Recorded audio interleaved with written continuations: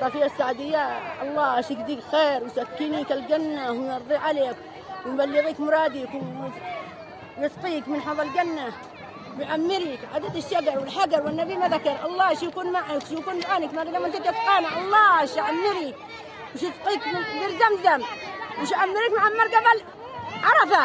أسأل أبا المسؤول وداعي إلى الرسول بهذا الساعة ليس القائل إني ولا إنسي. مع السلامة. الله وديعك. يلا اليوم هي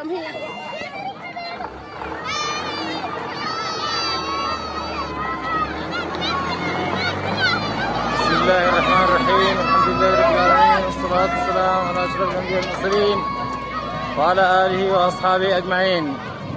يومنا هذا الخميس 10 من ذو القعدة 1446 الموافق ل8 مايو 2025.